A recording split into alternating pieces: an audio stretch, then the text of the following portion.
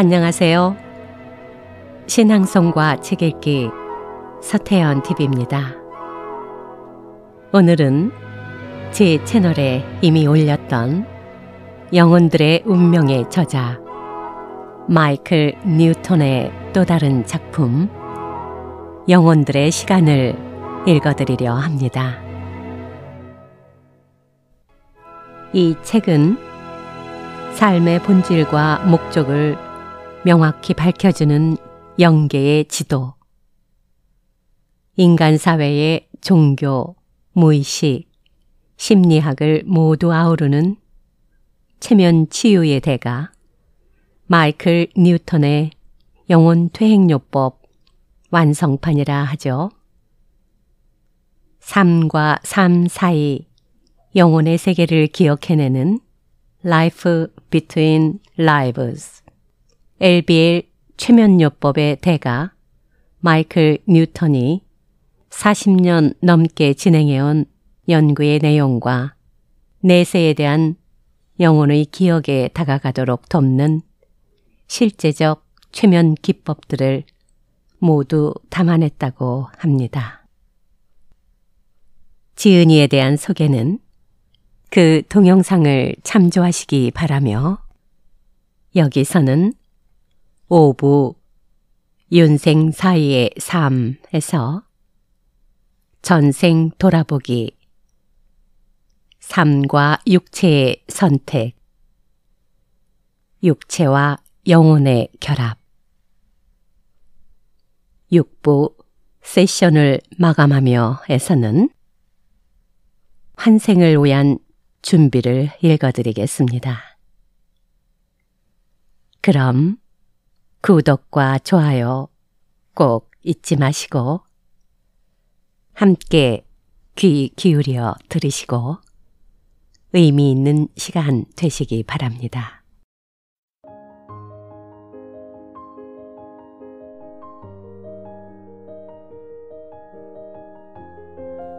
오부 윤생 사이의 삶 전생 돌아보기 전생의 모습들을 이야기하기에 가장 좋은 때는 원로들을 만나는 중이나 그 직후다. 그럼 피술자가 도서관이나 교실, 혼자만의 공간에 있을 때는 어떨까? 이때 역시 전생의 중요한 사건들을 이야기하기에 적합하다. 피술자의 윤회 역사에서 의미 있는 전생의 특정한 측면들을 돌아보면서 영혼의 성격을 더욱 분명하게 이해하는 것은 치료면에서 중요하다. 이 과정을 통해 피술자가 자신의 정체성과 고유성을 더욱 분명하게 인식하기 때문이다. 영혼이 지닌 불멸의 성격을 형성하는 것은 의지와 욕망, 상상의 방향이지만 사실 전생의 육체들이 행한 행위나 일들에도 영향을 받는다. 나는 전생의 행위에 대해 비롯된 결과와 영향에 대해 알고 싶다. 삼라만상의 체계 속에서 자신의 본래 모습을 분명하게 알지 못하면 인간 사회 중에서도 인구가 밀집된 지역에서는 고립감과 공허감으로 인해 삶에 충실하기가 어렵다. 전생을 돌아볼 때 하는 중요한 작업 가운데 하나는 피술자의 다양한 육체를 분석해서 참된 정체성을 발견하게 해주는 것이다. 이와 관련해서 나는 피술자에게 다음과 같은 질문들을 한다. 1. 당신이 선택하는 각 육체의 두뇌는 당신의 영혼의 해고에 얼마나 많은 영향을 미쳤나요? 당신의 영속적인 정체성을 유지하기 위해 특별히 어려운 육체가 있었나요? 2. 당신 영혼의 가장 중요한 개인적 특징은 무엇인가요? 삶과 삶이 거듭되어도 이어지는 본래의 당신을 규정짓는 특징은 무엇인가요? 3. 당신은 전생들에서 어느 쪽의 성을 더 많이 선택했나요? 4. 문화나 지리적인 이유로 세계의 어느 특정한 지역에서 환생하고 싶은 적도 있었나요? 5. 어떤 종류의 삶이 가장 편한가요? 6. 모든 전생 가운데서 가장 의미 있고 생산적이었던 삶에 대해 이야기해 주세요. 비술자에게 전생의 육체들을 확인하게 하면 현재의 삶과 관련된 전생들에서 왜 특정한 육체를 선택했는지 더욱 쉽게 이해할 수 있다. 나는 이런 전생들에서 특정한 목적을 성취했을 때 나타나는 비술자의 만족스러운 표정이나 그것을 이루지 못했을 때의 실망스러운 얼굴에 주목한다. 전생 퇴행을 경험하고도 엘비엘 시술자들을 찾아오는 비술자는 아마 전생에 다양한 몸에 깃들어 있던 영혼의 정체성에 대해서 적절한 질문을 받아보지 못했을 것이다. 엘비엘 세션은 과거의 이런 전생 퇴행 경험에 의미를 더해준다. 엘비엘 세션에서 전생들을 압축적으로 돌아볼 때 나는 몇 개의 중요한 전생들만 개괄적으로 살펴보는 방식을 취한다. 이런 맥락에서 어떤 비술자에게든지 꼭 다음의 질문을 한다. 7. 당신은 지구에 언제 처음으로 등장했나요? 세계 문명사와 문명의 흥망성쇠에 대해 아는 것은 아주 중요하다. 내가 최초의 삶에 대해 물으면 비술자는 5만 년 전 석기 시대나 10만 년 전 구석기 시대에 부족민의 일원으로 살았다고 대답하기도 한다. 5천에서 1만 년 전 신석기 시대에 태어났다고 말할 수도 있다. 또 3천에서 5천 년 전 고대 이집트나 메소포타미아 문명에서 처음으로 삶을 시작했다고 답하는 비술자도 많을 것이다. 윤회의 경험이 적은 아주 어린 영혼이 아니라면 비술자는 아마 가장 중요한 것을 성취해낸 전생 말고는 대부분의 전생을 기억하지 못할 것이다. 그래도 지구상에서 처음으로 경험한 전생은 거의 모든 비술자가 기억한다. 그렇다면 외계인의 몸으로 지구를 방문했던 영혼들은 어떨까? 물론 지구에 오기 전 다른 행성에 살았던 혼성 영혼들이 있다. 하지만 외계인의 몸을 갖고 실제로 지구를 방문했던 영혼은 극히 드물다.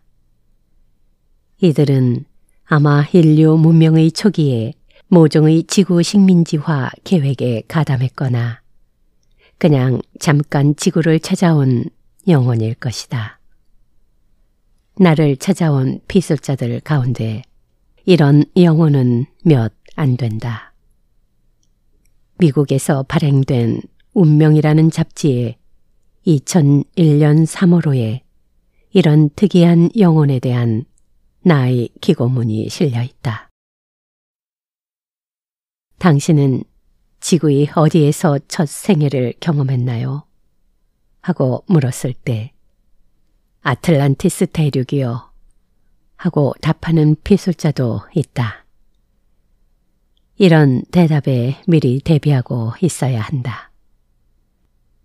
3부 앞부분에서의 의식의 개입 현상을 이야기할 때 선입견에 의한 아틀란티스 이끌림 증후군을 소개했다. 이 잃어버린 8번째 대륙은 약 1만 년 전에 존재했던 것으로 여겨진다. 나도 이 전설에 흥미를 느끼지만 한편으로 회의적이기도 하다. 아틀란티스가 어떤 형태로든 지구에 존재했을 수도 있지만 여전히 증명되지 않는 신화 같은 이야기이기 때문이다. 엘비엘 시술자는 아틀란티스 대륙에 대한 피술자의 초기 반응을 무조건 부정하지 말고 피술자가 혼성 영혼일 수도 있다고 생각해야 한다. 영혼들의 운명을 보면 혼성 영혼의 예들이 많이 실려 있다. 지구에서의 첫 생애 동안 아틀란티스 대륙에 있었다고 느끼는 피술자들은 실제로 지구에 오기 전 아틀란티스라는 전설의 대륙과 비슷한 세계에서 수천 년간 환생을 거듭하다가 그곳에서의 생을 마감하고 지구로 온 혼성 영혼일 수도 있다. 하지만 지구에서 환생하는 사이사이 다른 행성들에서도 간헐적으로 태어나는지는 확인하지 못했다. 혼성 영혼과 작업하다 보면 심리적인 문제들을 발견하게 된다.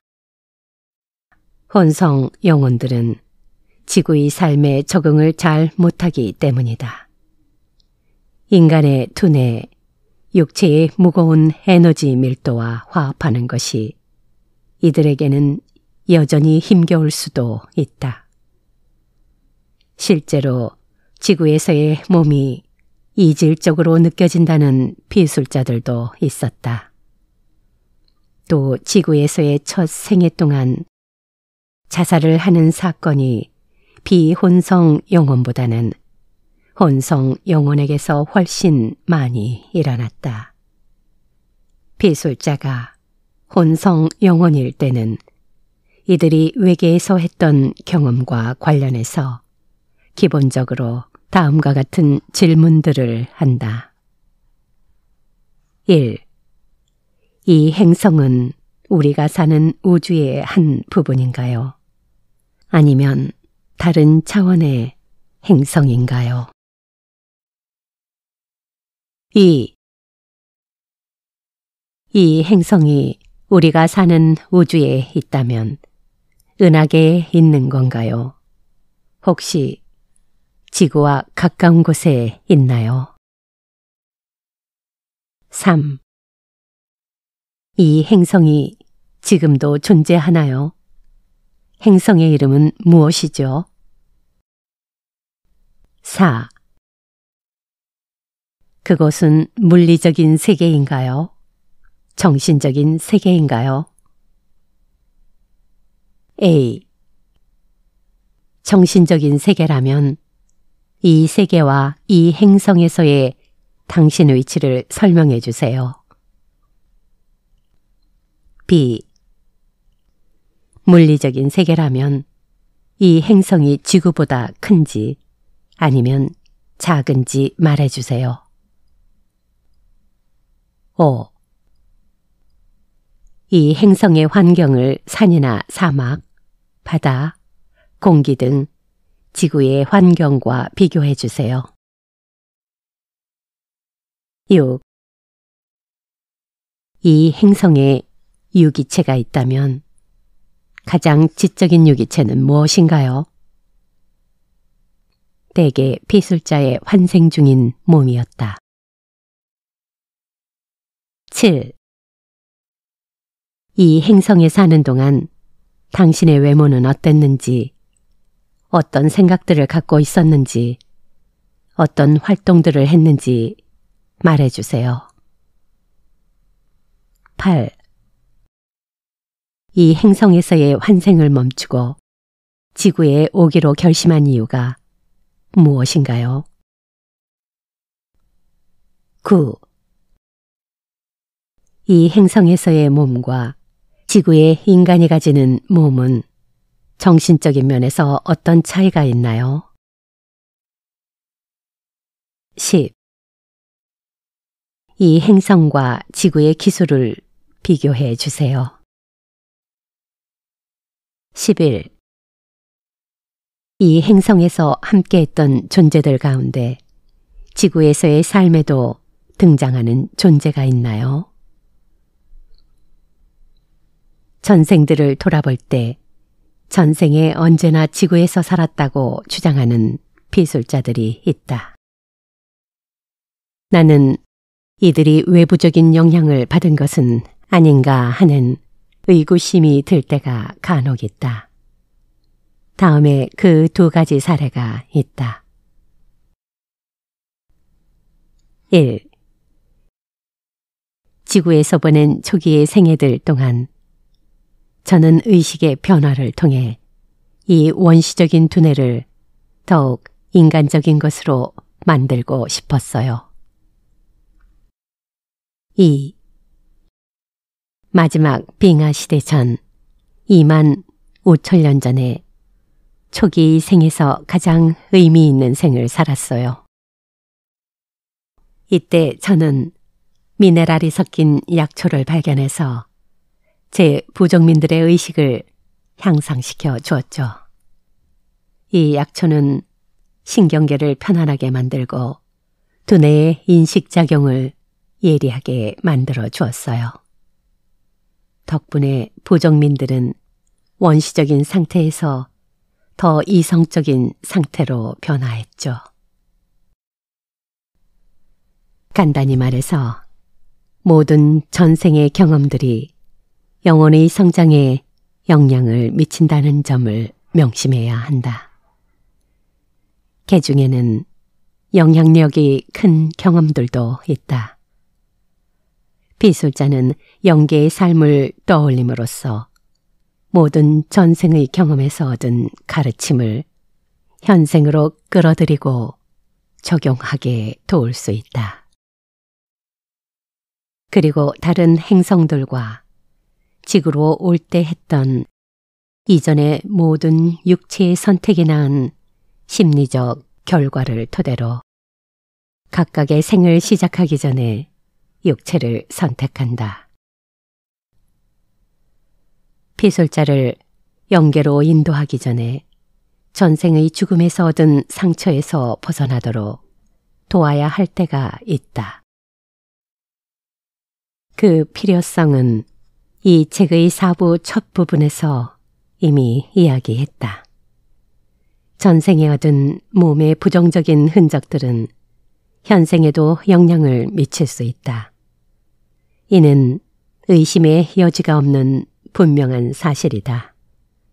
이로 인해 전생 치유의 이 영역은 지나치게 과장된 반면 윤생사의 삶이 지닌 치료적 특성은 마땅히 관심을 받지 못하고 있다. LBL 치유법이 새로운 영역인 것도 이 때문이다. 자격이 충분한 전생 치유가들 중에도 전생에서 얻은 심리적 상처의 결과가 현생의 몸에까지 이어진다고 확신하는 이들이 있다. 이들은 현생의 정신적 고통을 크게 강조한다. 이런 고통은 어느 전생에서 희생당한 경험이 낳은 분노나 두려움, 타인에게 악행을 저지른 죄책감과 연관되어 있다. 이들은 여기에서 한 발 나아가 이 경험들을 통해 필요한 모든 것을 배웠어도 부정적인 카르마의 양상에서 비롯된 찌꺼기들이 여전히 존재하므로 이 찌꺼기들을 제거해야 한다고 믿는다. 이것은 재고가 필요한 낡은 생각이다. 티베트의 신비주의자나 동양의 종교 철학자들은 우리의 의식에 연기법이 영향을 미친다고 주장한다. 고대인들은 몸에서 몸으로 전해져 영혼까지 병들게 하는 부정적인 카르마의 양상들을 설명할 때 삼스카라, 과거의 인상이 남긴 잠재적 성향이라는 용어를 사용했다. 이런 생각들이 전생 치유에 영향을 미치고 있다. 그러나 오늘날 우리가 영계에 대해 갖고 있는 것과 같은 인지적 지식이 고대인들에게는 없었다.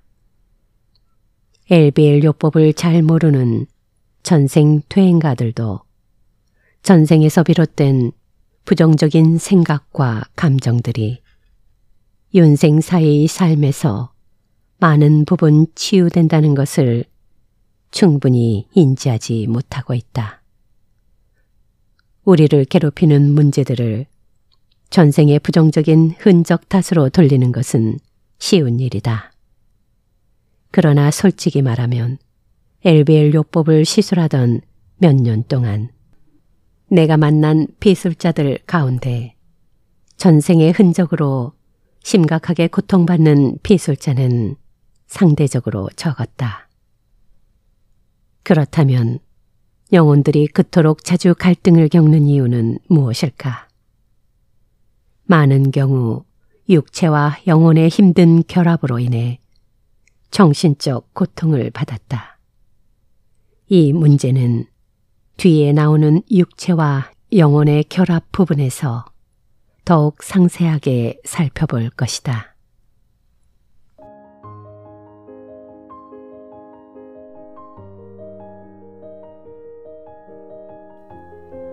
삶과 육체의 선택.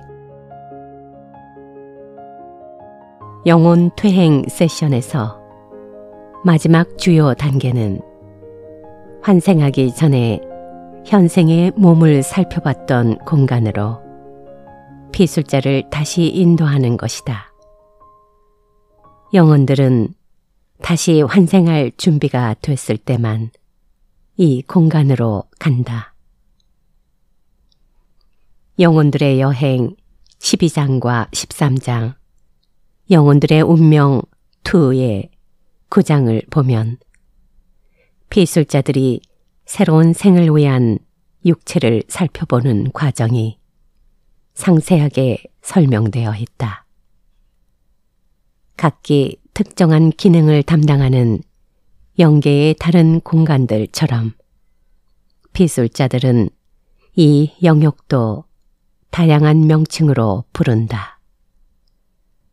가장 일반적인 명칭은 삶을 선택하는 장소, 상영실, 운명의 링이다. 피술자들은 삶을 선택하고 몸을 살펴보는 이 공간에 보통 액상 에너지로 이루어진 투명한 스크린이나 커다란 판이 둥글게 세워져 있다고 보고한다.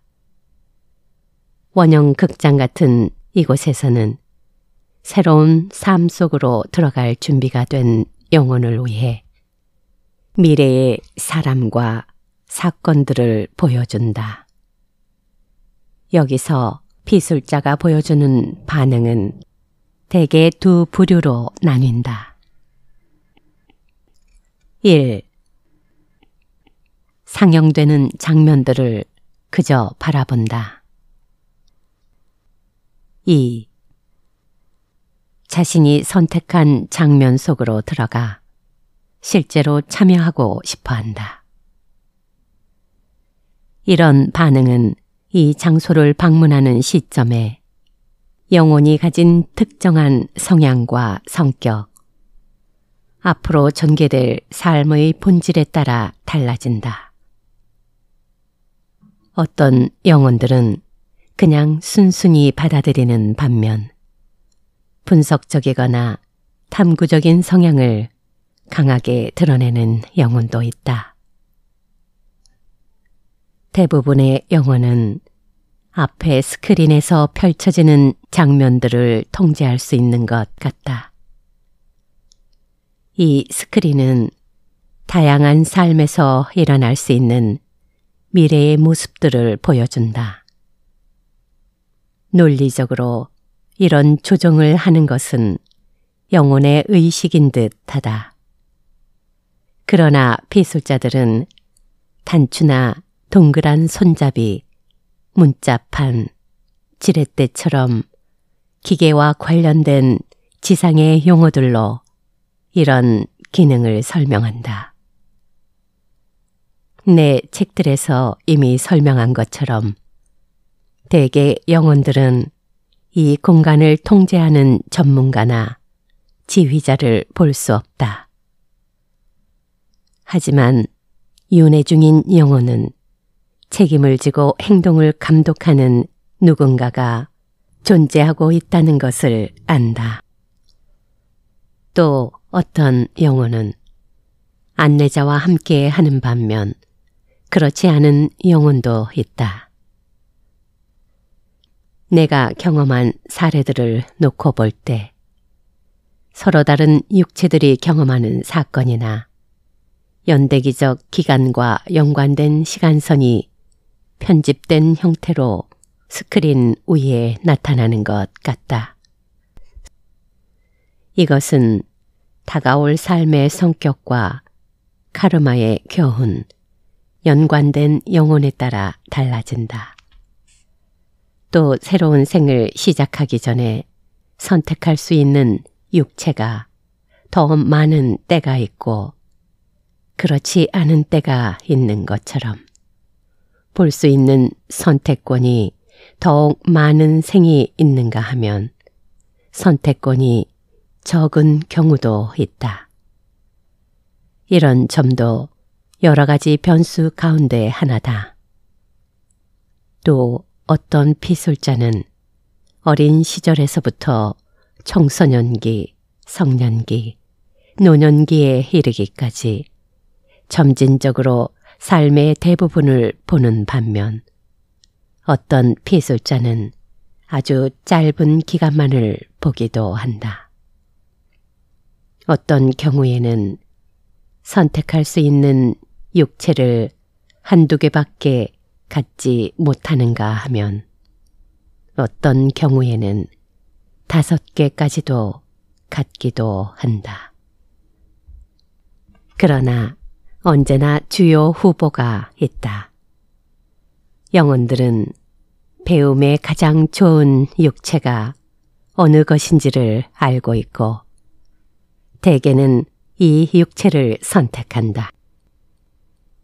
예를 들어 피술자들은 세 개의 육체, 즉 편안한 육체와 적절히 수용적인 육체, 아주 힘든 육체 가운데서 선택할 수 있다고 보고하기도 한다. 또 이 가운데 어느 육체를 선택하느냐에 따라 건강한 삶과 약간 힘든 삶, 고된 삶이 펼쳐질 수 있다고도 한다. 이런 선택권이 주어지는 이유는 영혼들이 전생에서 보여준 성취와 진화 정도, 카르마의 문제, 동기가 되는 욕망들 때문이다. 그러나 비술자는 특정한 삶이나 이 삶에 주어진 육체와 관련된 모든 변수의 이면에 어떤 근본적인 이유와 가르침이 있는지 설명하지는 못할 것이다. 미래의 시간선은 삶을 선택하는 영사실에서 필수적인 부분이다. 지구의 물리적인 시간 속에서 보면 가능성과 개연성을 지닌 사건들이 화면 위에서 빠르게 흘러가는 것처럼 보인다. 하지만 미래에 지상에서 일어날 것이라고 분명하게 확신할 수 있는 사건은 하나도 없다. 이런 확신이 가능한 것은 자유의지를 발휘할 여지도 없이 삶이 완전하게 결정되어 있다는 의미이기 때문이다. 우리를 지배하는 것이 완벽히 정해진 운명이라면 지구라는 실험실은 형편없고 힘겨운 학교가 되어버릴 것이다. 나는 영계의 현재 시간 속에서 펼쳐지는 현재와 관련된 미래는 수없이 많다고 생각한다. 이 많은 미래 가운데 영혼들은 가능성과 개연성의 바탕 속에서 가장 일어남직한 일을 살펴본다. 미래의 사건과 기회들은 영혼들이 분석할 수 있게 화면 위에서 확대되거나 멀어지거나 축소된다. 마치 커다란 나무 둥치와 작은 가지들을 보는 것 같다. 이런 비유를 사용하는 이유는 시간선이 다른 삶에 비해서 더욱 두드러지게 나타나는 경우가 있기 때문이다. 영계의 현재 시간이 어떻게 과거와 현재, 미래의 결집처럼 보이는지는 이미 이야기했다. 사건들을 담고 있는 에너지파가 미래로 흘러 들어가거나 과거에서 흘러나오다가 영계의 소용돌이를 뚫고 중심에서 만나는 모습을 상상해 보라. 비술자가 도서관에 앉아 컴퓨터 화면 같은 스크린 위에서 전생의 온갖 차이들을 보는 모습을 떠올릴 수 있다. 삶을 선택하는 방에서는 가까운 미래를 살펴볼 수 있는 똑같은 기회를 얻는다. 하지만 전생을 돌아볼 때만큼 세세하게 살펴볼 수는 없다. 우리가 보는 것은 미래의 표본들이므로 미래 시간의 진행 속에서 볼 수밖에 없기 때문이다. 시간선과 자유의지에 대한 나의 생각은 영혼들의 운명 2, 9장에서 상세하게 설명해 놓았다. 그러나 여기서 덧붙이고 싶은 점이 있다. 양자이론을 믿는 과학자들 가운데는 우리가 언제나 확률이 아주 높은 현재의 사건들 속에서 자신을 보기 때문에 저울의 눈금이 결정론 쪽으로 기울어 있다고 주장하는 이들도 있다는 점이다. 이미 예정되어 있기 때문에 크게 변할 가능성이 적은 미래에서 자유의지의 역할은 줄어든다. 나의 피술자들은 미래에도 서로 다른 여러 가지 선택이 있으며 각각의 현재 시간이 모든 가능한 현재의 시간들과 동시에 존재한다고 믿었다. 그러나 교체되는 실제들이 하나의 실제 안에서 맞물리고 있는지 아니면 평행을 달리는 실제들이 서로 가까이에 존재하는지는 알 수 없다. 영계의 현재의 시간에서 지상의 사건들은 실제로는 움직이고 있지 않을 가능성이 크다. 단지 나이를 먹는 우리의 물리적인 우주의 시간 속에서 동시에 함께 움직이는 것처럼 보이는 다양한 시간선 위에 있을 뿐이다. 내가 믿는 것은 어떤 사건이 닥치든 사람들에게는 선택의 기회가 주어지고 삶의 중간에서도 궤도를 수정할 수 있다는 점이다. 사람마다 같은 사건도 다른 식으로 접근하기 때문에 우리에게 영향을 미치는 사건들의 결과도 달라질 수 있다. 그래서 나는 자유의지로는 사건들을 변화시킬 수 없다고 생각하는 사람들에게 사건들을 향한 그들의 반응과 행동이 결과에 영향을 미친다는 사실을 인정하는지 묻는다. 간혹 나의 최면을 통해 미래로 가볼 수 있는지 궁금해하는 이들이 있다. 나는 그런 일은 하지 않는다. 삶을 선택하는 방에서 다음 생의 장면들을 볼 수 있을 뿐이다. 그 이상은 아니다. 예를 들어 40살의 피술자가 이번 생을 선택하기 전에 본 것들을 살펴보고 있다고 하자. 이 피술자는 40살 이후의 장면은 하나도 보고하지 못할 것이다. 40살 이후의 사건들을 그가 아직 선택하지 않았기 때문에 보고가 불가능한 것이다. 나도 초기에는 미래로의 유도를 실험해 본 적이 있다. 그 실험들을 통해 대개의 경우 안내자들이 먼 미래를 들여다보는 일을 방해한다는 것을 발견했다. 장기적으로 영혼이 스스로를 발견할 수 있게 하기 위해서다. 물론 가끔씩은 미래를 흘낏 들여다보는 피술자도 있다.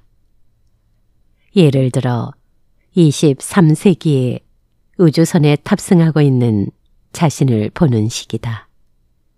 그러나 이런 짧은 일별은 대개 흐릿하고 불분명하다. 이 스타트랙 피술자의 경우 우주선의 사령관이 되고픈 욕망이 희망사항으로 굳어지면서 객관적인 보고를 방해했다는 느낌을 피할 수 없었다. 대부분의 피술자는 미래를 들여다보는 일을 영계의 계획자에게 맡기는 편이 가장 좋다고 생각한다. 나의 결론을 이야기하자면 최면을 통해 미래의 시간으로 유도하는 것이 엘비엘 요법에서 효과적이지 않다는 것이다. 피술자가 삶을 선택하는 방으로 갈 준비가 되면 현재의 육체나 삶과 관련된 결정들을 확인한다. 다음의 질문들이 의미 있는 정보를 얻어내는데 도움이 될 것이다. 1. 환생을 해야 할 때라는 사실을 어떻게 알았나요? 누군가가 말해 주었나요? 2. 다시 태어날 때 어떤 모습이고 싶은지에 대한 당신의 바람을 말해 주겠어요? 당신은 강한 존재 아니면 온건하거나 약한 존재 또는 반항적인 존재로 태어나고 싶은가요? 3. 아직 새로운 삶을 받아들일 준비가 안 됐다고 말한 적이 있나요? 그렇다면 그 상황에 따른 최종 결과는 어땠나요? 4. 삶을 선택하는 방에는 혼자 가나요? 안내자와 함께 가나요? 5. 다른 고차원적인 존재가 삶을 선택하는 방에서 당신의 선택에 관여하고 있나요? 6. 주변 환경을 묘사해 주세요. 당신이 무엇을 보는지, 어떤 일을 하는지도 말해 주세요. 7. 당신이 선택할 수 있는 육체는 몇 개나 되나요? 각각의 육체를 세세하게 묘사해 주세요. 8. 각각의 육체가 당신에게 어떤 가르침을 줄 거라고 생각하나요? 9. 주요한 후보로 꼽는 육체가 있나요? 당신이 선택한 육체가 이 육체인가요? 다른 육체들을 거부한 이유는 무엇인가요? 10. 당신이 선택한 육체가 현생에서 움직이는 모습을 살펴볼 때 이 육체가 스크린 위에서 실제로 움직이는 것처럼 보이나요? 이 육체의 움직임을 당신 스스로 조정할 수 있나요? 아니면 다른 누군가가 당신을 대신해서 장면의 움직임을 조정하나요? 11. 당신은 관찰자의 입장에 있나요? 아니면 실제로 현생의 장면들 속으로 들어가 참여하나요? 12. 가장 관심이 가는 장면은 무엇이고 그 이유는 무엇인가요? 13. 삶을 선택하는 방으로 가기 전에 특정한 육체를 선택하는 데에 도움이 되는 정보가 있나요? 14. 삶의 다양한 장면들 가운데서 다른 육체에 비해 특정한 육체에 더욱 적절한 장면이 있나요? 15. 이 육체는 어떤 장단점을 갖고 있나요? 가장 긍정적인 면들과 부정적인 면들을 설명해 주세요. 16. 이 육체의 두뇌는 당신의 영혼이 최근에 깃들었던 다른 육체들의 두뇌와 어떻게 다른가요? 17.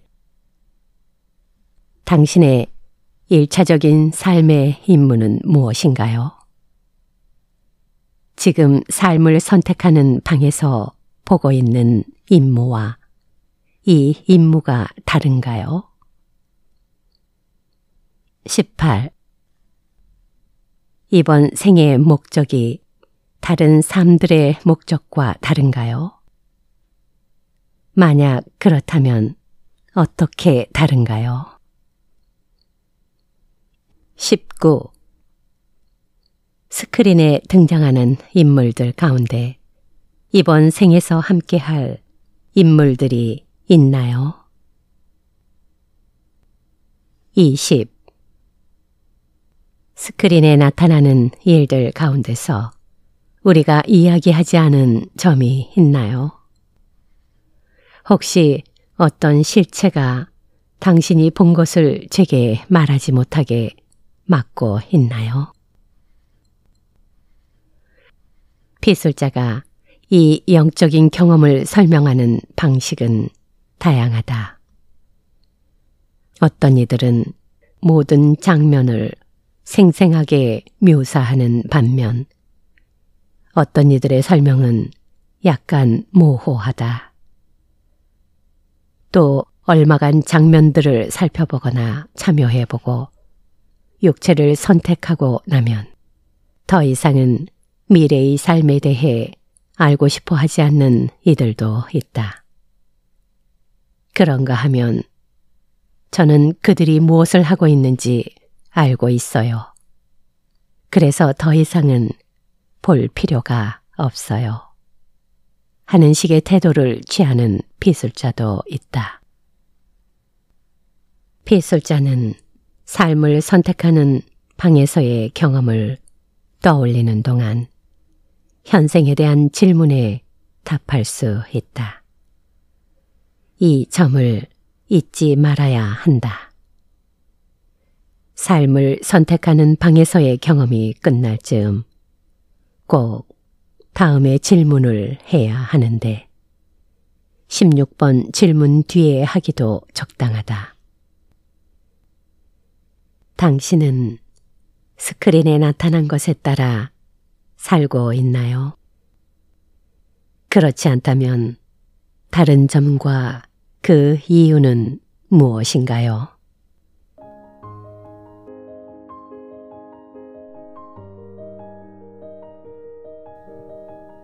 육체와 영혼의 결합. 삶을 선택하는 방에서 몇몇 비술자는 자신이 최종적으로 점유할 영혼 없는 육체를 처음으로 본다. 스크린 위에서 실제 움직임은 아직 시작되지 않았다. 이에 대해 한 비술자가 이렇게 보고했다. 처음에는 영혼이 없는 육체들이 우리를 향해 줄지어 있어요. 이 육체들의 뇌는 로봇처럼 텅 비어 있어요. 그러나 스크린이 움직이기 시작하면 비술자는 신속하게 이 육체들과 연결된다. 영혼이 이 육체의 일부가 됐을 때의 상태를 느끼고 확인하기 위해서다. 이따금씩 적합하지 않은 것 같아서 몸을 거부하는 중이라고 보고하는 비술자도 있다. 또 극히 드물지만 육체를 잘못 선택해서 태아 속으로 들어간 지 한 달도 안 돼. 그 육체에서 벗어나게 해달라고 부탁하는 비술자도 있다. 이런 경우에는 다른 영혼이 그 육체로 들어간다.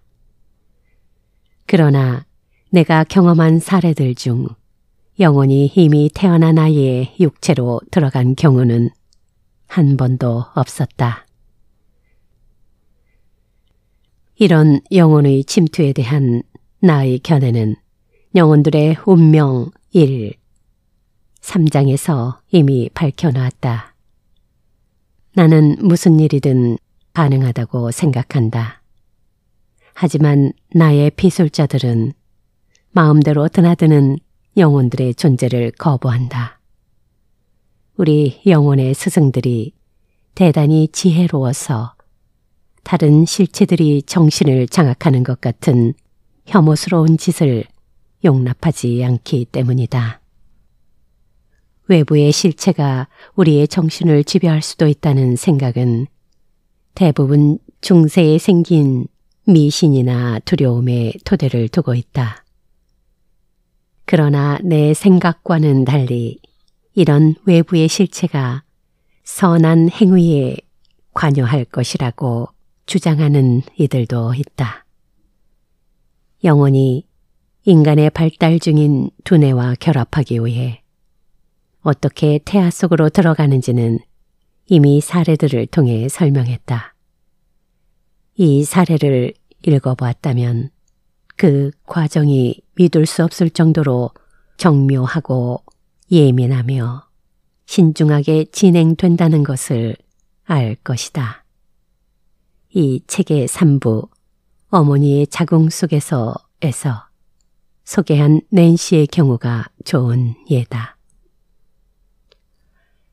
영혼은 자신의 에너지 진동을 태아의 정신과 맞추면서 두뇌의 신경 전달 물질을 따라 부드럽고 조심스럽게 탐색을 시작한다. 어떤 영혼이 그의 불멸의 성격이 지닌 에너지를 다른 것으로 바꿀 때 정신에 얼마나 큰 충격이 가해질지 한번 상상해보라. 미치거나 죽을 수도 있다. 영혼과 인간 두뇌와의 통합은 영혼 퇴행에서 가장 복잡한 요소 중 하나다. 영혼과 두뇌의 통합에 대한 여러 가지 측면들은 나의 전작들에서 이미 사례들을 통해 설명했다. 대부분의 피술자들은 자신의 몸속에 존재하는 영혼과 두뇌의 이중성을 이성적으로 편안하게 받아들인다. 하지만 영혼과 두뇌의 관계로 인해 약간 혹은 심각하게 혼란을 겪는 이들도 있다. 따라서 LBL 시술자는 피술자의 정신적 혼란의 원인을 신중하게 판단해야 한다. 전생의 인격들이 다시 표층으로 올라오는 것이 다중인격 장애의 근본적인 원인이 아니냐는 질문도 자주 받는다. 나는 현생의 유년기에 겪은 상처로 인해 현생의 단일한 인격이 심각하게 억압됐을 때 나타나는 것이 다중인격 장애라고 생각한다. 다중인격 장애를 가진 이들은 흔히 어린 시절의 학대와 관련된 고통스러운 기억으로부터 자신을 분리하려고 한다. 자기 영혼의 실상을 외면하기 위해 전생과는 관계없이 인격들 속으로 도피하는 것이다. 평범한 사람에게 진정한 자기 정체성의 혼란을 불러오는 요인은 다중인격 장애보다 영혼과 두뇌 사이의 파괴적인 관계일 가능성이 더 크다고 생각한다. 정신병과 관련해서 또 한 가지 참고해야 할 사실이 있다. 두뇌의 비정상적인 화학작용과 호르몬의 불균형에 유난히 취약한 몸이 있다는 사실이다. 여기에 어린 시절에 정서적으로나 신체적으로 학대를 당하면 정신이 혼란스러워진다. 이런 정신에 영혼이 어리고 미숙하기까지 하면 문제를 극복하지 못하고 영혼이 오염되고 만다. 결국 영혼은 병든 생물학적 정신 속에 갇히게 되고 이로써 제 기능을 못하게 된다. 영혼이 가진 불멸의 성격은 인간의 두뇌, 중추 신경계와 결합한 후 우리의 몸에서 일정한 정서적 기질을 만들어낸다. 이런 통합으로 인해 한 번의 생애에서 하나의 한시적인 인격이 형성된다. 이 핵심을 나는 자기의 원리라고 부른다. 개인의 정체성은 의식과 무의식의 기억 모두와 관련이 있기 때문에 진정한 자기를 찾는 일은 어려울 수 있다. 그러나 진정한 자기를 인식하고자 할 때 사람들은 두뇌에서 보내온 정보에 대한 감각적이고 정서적인 반응을 살피는 일에 과도하게 의존한다. 물리적인 정신은 환경적인 영향들과 그에 대한 정서적인 반응들을 기초로 우리가 자기라고 생각하는 그것이 진정한 자기라고 착각하게 만드는데도 말이다. 자기는 생각과 기억, 삶에 대한 인식 등을 통해 폭넓게 확인할 수 있으며 불멸의 의식, 즉 우리의 영혼에 영향을 받는다. 그러나 우리는 거울을 들여다보면서 묻는다. 나는 왜 나일까?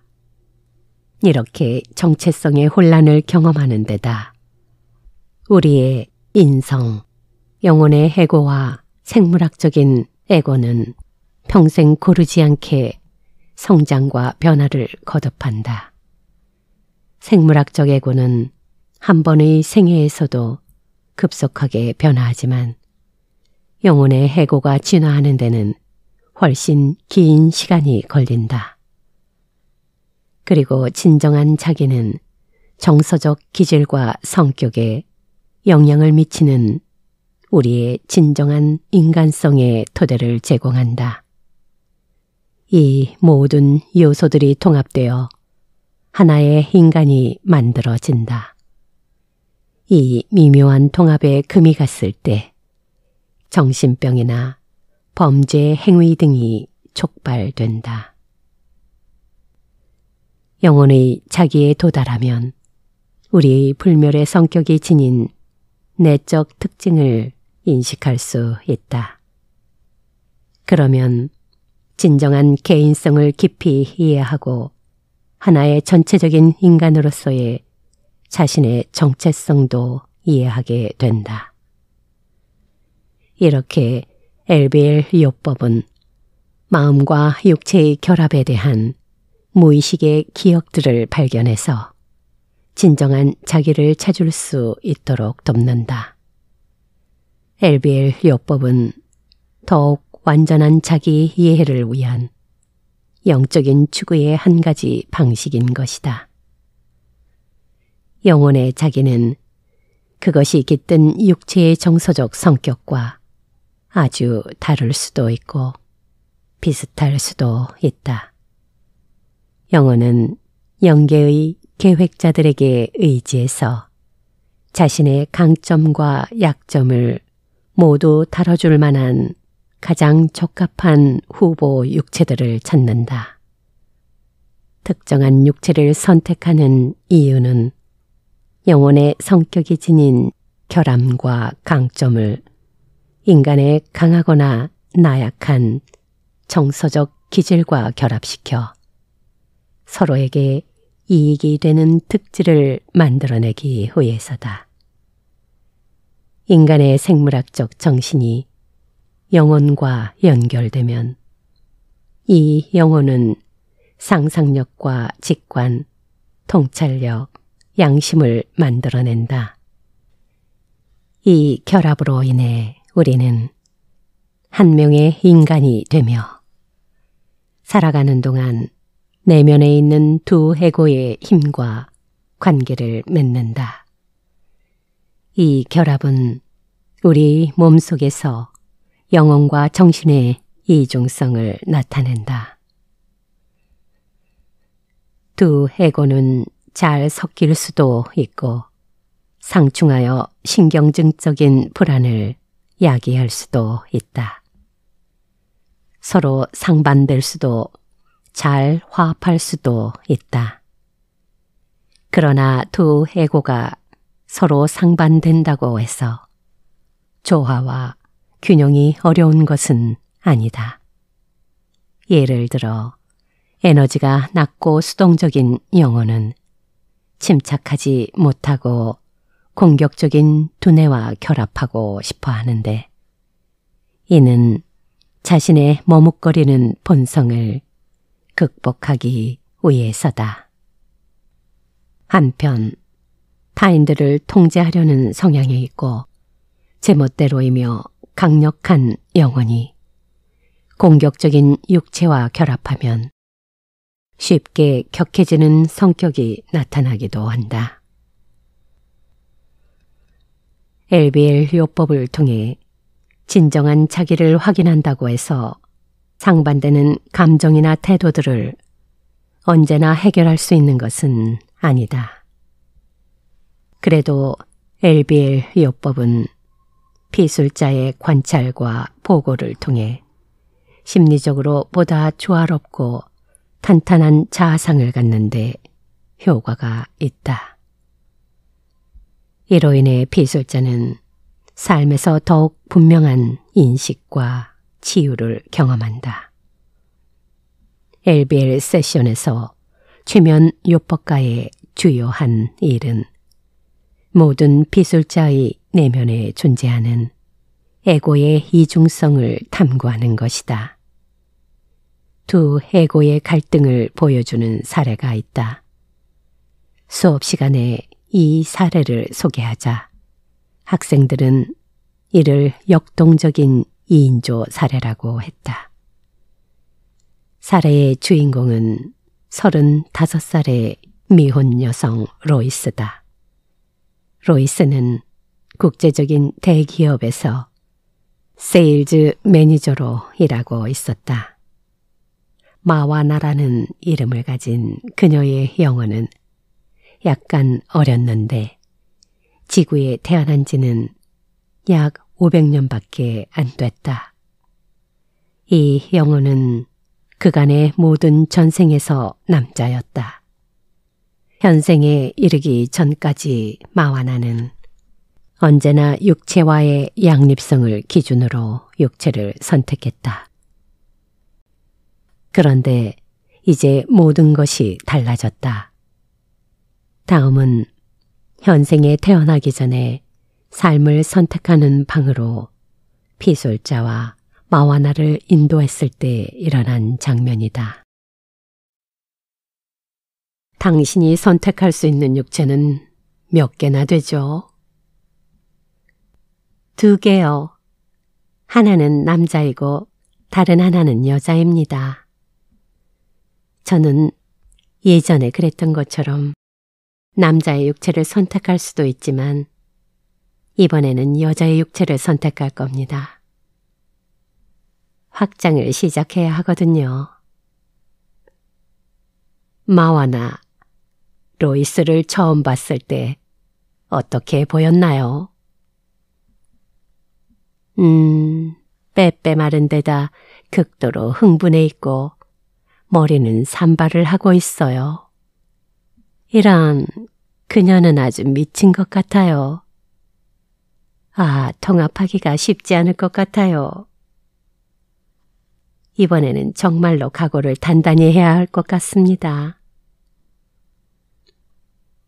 과거에 선택한 육체들은 통합이 그렇게 어렵지 않았는데 이번 선택으로 인해서 당신의 본성이 바뀔지도 모른다는 의미인가요? 예, 알다시피 저는 조용하고 분석적인 영혼이에요. 결정을 내리기 전에 모든 것을 신중하게 고려하죠. 그런데 왜 변화가 필요한 거죠? 어떤 상황에서든 가능성들을 전부 검토한 다음 결국에는 삶에서 모험을 감행하지 않았기 때문이에요. 당신의 영혼이 우유부단하다는 말인가요? 그렇게 생각하지는 않아요. 그냥 신중한 편이지요. 로이스의 몸은 기질이 어떤 것 같나요? 시한폭탄 같아요. 그녀는 제정신이 아니에요. 항상 일을 벌여서 수렁에 빠져버리죠. 마와나, 이것이 당신의 성격과 로이스의 육체가 지닌 기질의 주요 대비 영역이라면 과거의 결합과 다른 이 결합을 통해서 당신은 무엇을 얻을 수 있나요? 인정하기 어려운 사실이지만 저는 정서적으로 냉담한 육체들과의 결합이 편안했어요. 일이나 상황의 관찰자 같은 태도요. 특히 관계에 완전히 빠져들지 않는 것이 제게는 편했어요. 저는 사람들에게 마음을 열지 않았어요. 알겠습니다. 그럼 로이스의 육체에 있을 때는 삶이 어땠나요? 롤러코스터를 타는 것 같았어요. 그녀는 너무 복잡했어요. 많이 생각해보지도 않고 무작정 상황에 뛰어들지요. 언제나 무슨 일이든 자신을 다 바칠 준비가 되어 있었죠. 저는 걱정거리를 피하는데 그녀는 그렇지 않았어요. 제가 상상력은 없어도 꾸준히 나아가는 편이라면 그녀는 스스로 동기를 부여하죠. 그녀는 자신을 직접적으로 표현하는 반면 당신은 좀 더 간접적으로 드러낸다는 말인가요? 조심스럽게 평가한다면 그게 맞는 말이죠. 저는 그녀를 느긋하게 만들려고 애쓰는데 그녀는 안절부절 못해요. 눈물을 글썽이며. 특히 남자들한테요. 그녀가 스스로를 통제하지 못해서 우리에게 정서적으로 많은 고통을 안기는 때도 있어요. 정말 큰 고통이지요. 마와나, 이런 일들을 당할 때면 당신은 어떤 기분이 드나요? 덫에 걸린 것 같아요. 피술자의 마음이 편안해지고 그녀가 이 육체를 선택한 이유와 이 육체를 통해 배움을 얻을 수 있는 방법에 다시 초점을 맞출 수 있도록 여기에서 잠시 멈춘다. 둘의 공통점을 이야기해 주세요. 기운을 차리고.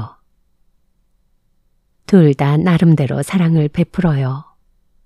사실 저는 좀 베푸는데 주저하는 편이지요. 그녀는 저희 본성 속에 있는 온기를 이끌어내 줍니다. 저는 과거에 이 온기를 표현하기가 힘들었어요. 또 둘 다 자존심이 강하고 상처를 주는 사람들에게도 화를 내거나 복수심을 드러내지 않는 편이에요. 그래서 당신의 이중적인 에고가 지닌 그 측면이 어느 정도 조화를 찾았나요? 약간 머뭇거리며. 예. 이 부분은 적응하기가 더 쉬워요. 좋아요, 마와나. 그럼 그녀의 특질 가운데서 당신에게 가장 이득이 된 점은 무엇인가요? 그녀는 언제나 믿을 준비가 되어 있어요. 사람들을 사랑하기 때문이죠. 그 덕분에 저는 여러 전생의 소와는 달리 외롭지도 무료하지도 않아요. 그녀가 저를 떠밀거든요. 그럼 당신은 어떤 면에서 그녀에게 가장 큰 도움을 주나요? 시간이 많이 걸리기는 했어요. 하지만 드디어 그녀를 좀 느긋하게 무작정 뛰어들기 전에 생각을 먼저 할 수 있게 만들고 있어요.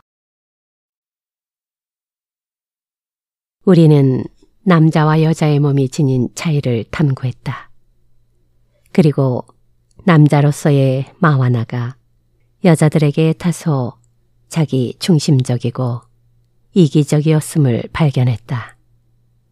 이 영원히 경험 중인 변화는 많은 부분 윤생 사이에 안내자와 진지하게 상담을 한 덕분인 것 같았다. 또 남자로서 유대감을 맺지 못해 관계가 실패로 끝나는데 신물이 났기 때문이기도 했다. 그러나 세션을 통해 로이스와 마와나는 서로를 더욱 분명히 이해하게 되었다.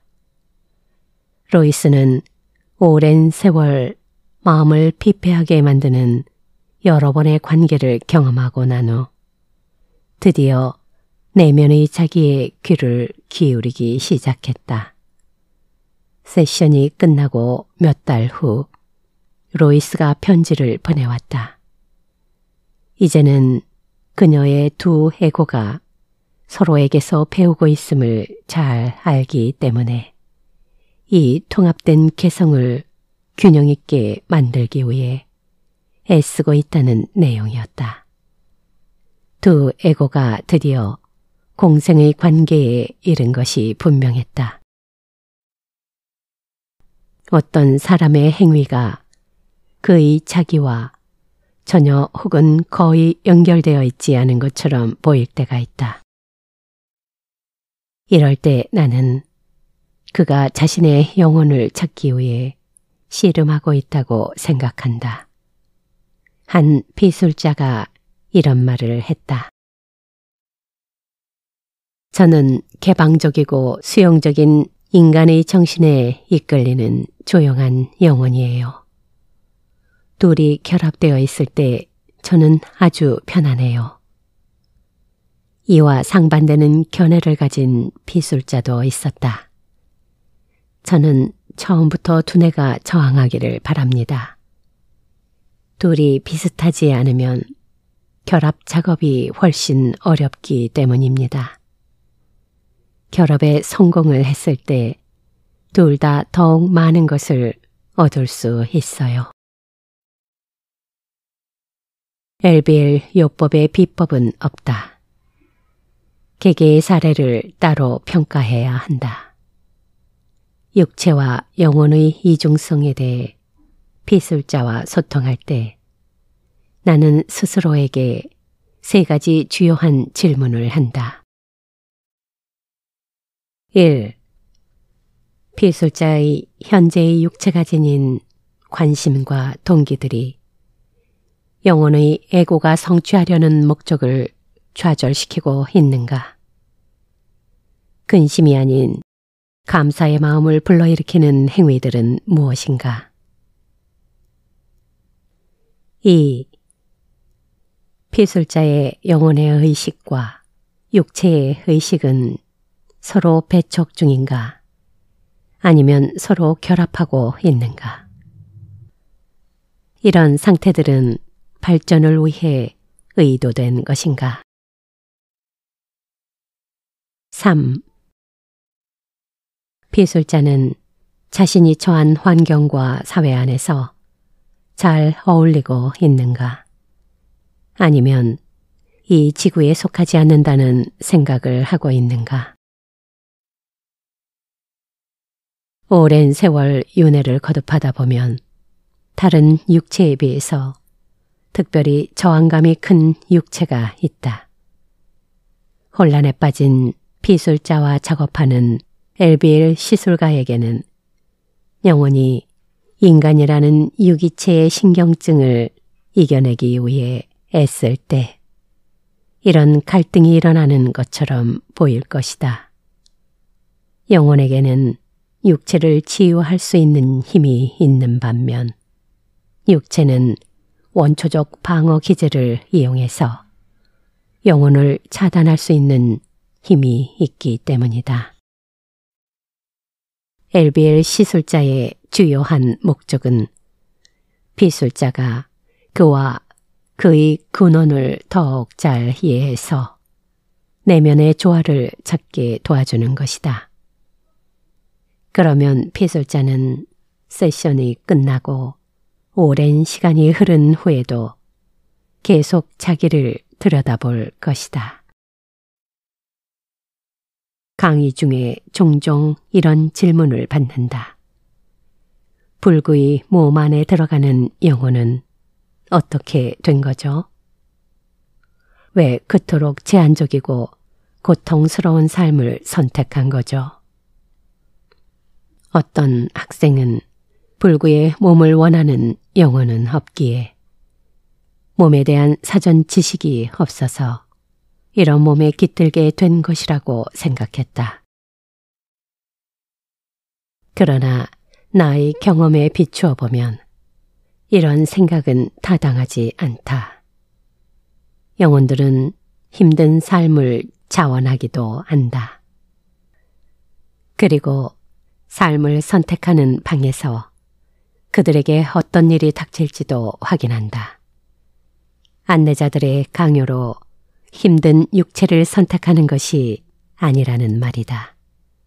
영혼들은 자신이 직면할 카르마의 교훈이 구체적으로 무엇이며 이처럼 힘든 삶으로 얻을 수 있는 것이 무엇인지 처음부터 알고 있다.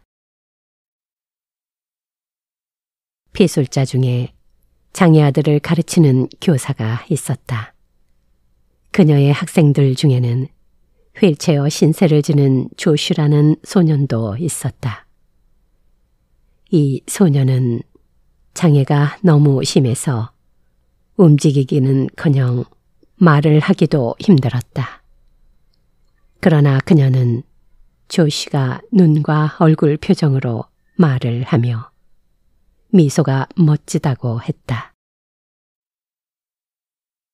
그녀는 깊은 최면 상태에서 조슈가 더욱 진화한 영혼 그룹의 구성원임을 알았다.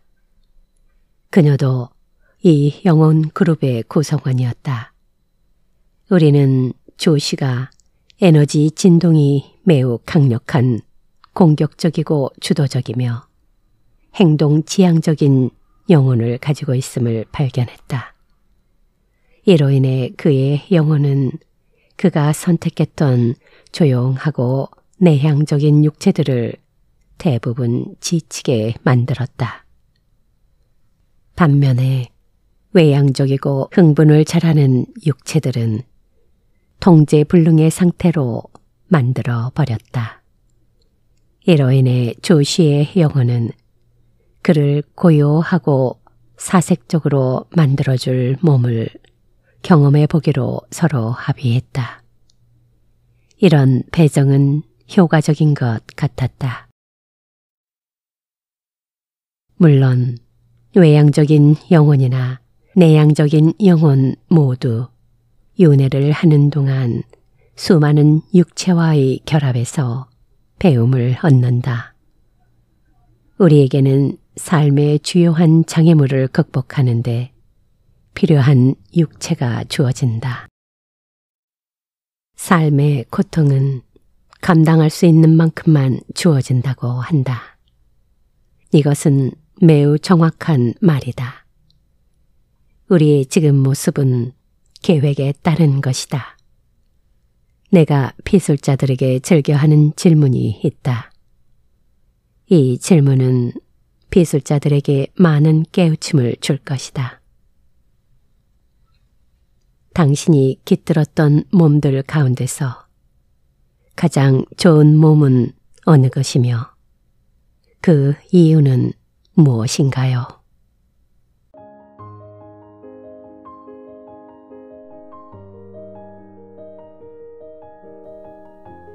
욕부 세션을 마감하며 환생을 위한 준비. 삶을 선택하는 방으로의 마지막 방문 장면을 모두 살펴보고 나면 세션은 막바지를 향해 치닫는다. 영혼들의 여행 14장에서는 환생을 위한 영혼들의 준비만을 전적으로 다루었다. 수업 시간에 이렇게 묻는 학생들이 있다. 모든 영혼이 새로운 삶을 똑같은 방식으로 준비하나요? 물론 다 똑같이 준비하지 않는다. 각 영혼들이 다음 환생을 준비하는 방식도 다를 뿐더러 같은 영혼도 환생 때마다 다른 방식으로 준비한다. 세션의 이 시점에서 나는 피술자들에게 다음과 같이 주문한다. 영계를 떠나 지금의 삶으로 환생하기 전 무엇을 하는지 설명해 주세요. 영혼들은 다가올 삶의 성격이나 영혼의 진화 수준에 따라 다양한 반응을 보인다. 다음은 피술자들의 반응이 다양한 이유들을 간단하게 정리한 것이다.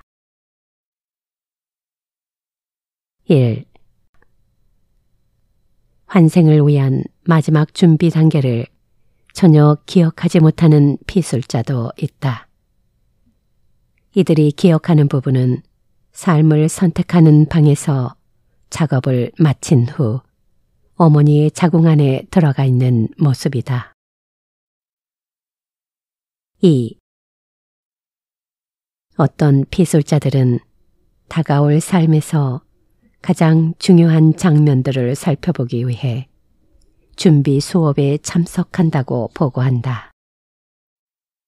이때 두 가지 양상이 나타난다. A. 이들은 안내자만 만나기도 한다. B. 피술자의 삶에서 중요한 역할을 할 영혼들과 안내자 모두를 만날 수도 있다. 3. 어떤 영혼들은 영혼 그룹의 친구들에게 서둘러 작별 인사를 한 후 곧바로 안내자와 함께 환생을 위한 장소로 간다. 4. 영계를 떠나기 직전에 혼자 있는 영혼들도 있다. 이때도 두 가지 양상이 나타난다. A. 피술자는 그의 안내자를 의식하지 못하다가 갑자기 태아 속으로 들어갈 수도 있다. B. 안내자의 인도를 받으며 환생을 위한 장소로 간 뒤 다른 영혼들과 똑같은 경로를 통해 태아 속으로 들어간다. 영혼 그룹에 속한 친구들과의 작별 인사가 아주 짧거나 영혼끼리 아예 인사를 주고받지 않는다는 인상을 독자들에게 심어주고 싶지는 않다. 작별 인사는 영계에서 벌어지는 일련의 사건들 속에서 작별을 하는 시기가 언제인가에 따라 달라진다. 영혼이 떠날 준비가 됐을 때 급하게 작별 인사를 한다고 해서 꼭 초기 단계에서 작별 인사를 안 하는 것은 아니다. 또 에너지의 일부는 영계에 남기 때문에 전 존재가 떠나는 것처럼 인사를 하지 않는다는 점도 기억해야 한다.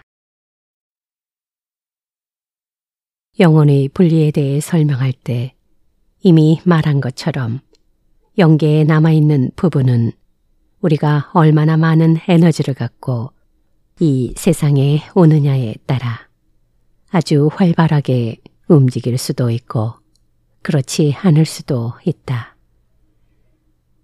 어떤 경우건 어느 시점에서 인사를 하건 영혼들은 친구들에게 강렬한 인사를 남긴다. 다음 생으로 함께 환생할 친구들일 경우에는 특히 그렇다. 영계를 떠날 영혼들을 위한 준비나 확인 수업은 일반적으로 조정자가 한다. 하지만 이 조정자는 수업에 참여한 영혼들의 안내자는 아니다. 프롬프터로도 알려져 있는 이 조정자는 다가올 삶에 의미 있는 장면들을 총 연습시키는 전문가다. 특히 이들은 떠나는 영혼들을 위해 마지막으로 기억 보강 훈련을 시킨다. 곧 시작될 드라마에서 중요한 역할을 맡을 영혼의 친구나 동맹자 영혼을 인식하는 것은 이상한 일이 아니다. 또 이 준비 수업에 참여한 학생들에게 실제적인 탄생 시기는 중요하지 않은 것 같다. 예를 들어 당신이 아내보다 5살 많다고 하자. 그래도 두 사람은 똑같은 준비 수업을 듣고 서로가 만날이라는 것을 알 수 있다. 피술자들 가운데는 이 준비 수업에서 주로 미래의 동반자 영혼을 알아보는 것에 집중한다고 말하는 이들도 있다. 한편 하나의 특정한 카르마의 교훈에 대한 보강을 경험한다고 말하는 이들도 있고 수업에 여러 가지 요소들이 결합되어 있다는 피술자도 있다. 사람들이 어떤 사건들에 대해 설명할 수 없는 우연의 일치나 기시감을 느끼는 것은 준비 수업에 대한 무의식적인 상기 때문일 수도 있다. 이 단계에서는 피술자에게 여러 종류의 질문을 한다. 1.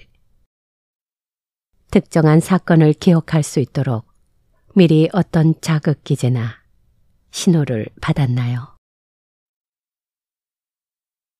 2. 당신의 삶에서 의미 있는 사람들을 어떻게 기억하기로 되어 있는지 말해줄 수 있어요? 3. 지난 준비 수업에서 가장 의미 있었던 것은 무엇인가요? 새로운 삶으로 환생하기 전에 자신감을 불어넣는 안내자의 말이나 설득이 조금 필요했다고 말하는 피술자도 덜어 있다. 이런 두려움은 결코 흔한 감정이 아니다. 환생을 하기로 했다가 취소하고 싶어 할 경우 그때가 언제든 어떤 영혼도 환생을 강요당하지 않는다. 이미 언급한 것처럼 내가 만난 피술자들 가운데 태아 속으로 들어간 후 대체를 요구한 영혼은 극소수였다. 대다수의 피술자는 다가올 삶에 대해 불안을 느끼기보다 기쁨과 희망, 기대감으로 충만했다고 보고한다. 나의 피술자들 가운데서도 80% 이상이 이렇게 보고했다. 두려움을 호소하는 피술자는 극히 일부에 불과하므로 환생에 대한 피술자의 태도는 다음과 같이 물어보는 것이 좋다. 1. 이번에 환생을 하려는 1차적인 이유는 무엇인가요? 2. 환생하는 것이 의무라는 생각이 들었나요? 새로운 환생이 불가피한 일처럼 느껴졌나요? 아니면 그냥 연기에 남을 수도 있었나요? 3. 환생에 대한 당신의 태도는 어떤가요? A. 새로운 환생의 기회에 기대감과 기쁨으로 충만해 있나요? B. 또 다른 생에 무관심한가요? C. 환생을 꺼리거나 조심스러워하고 있나요? 영혼들의 여행 15장의 케이스 29를 보면 영혼이 지구로 돌아오는 과정이 설명되어 있다. 이 과정을 설명할 수 있는 피술자라면 흔히 안내자가 출구 같은 곳까지 동행한다고 보고할 것이다. 이후 영혼은 소용돌이나 터널 같은 곳을 통과해 지상으로 내려온다. 그러나 대부분의 피술자는 환생의 마지막 단계를 희미하게밖에 기억하지 못한다. 그들은 아마 이렇게 보고할 것이다. 밝은 곳에서 어두운 곳 출구로 들어가자. 자궁 속에서 온기가 느껴졌어요. 여러분, 잘 들으셨나요? 이 책을 통해 나는 누구인가? 나는 왜 여기에 있는가? 나는 어디에서 왔는가? 이러한 의문들에 대한 답을 스스로 발견하는데 조금이나마 도움이 되시길 바라며 오늘은 여기서 마치겠습니다.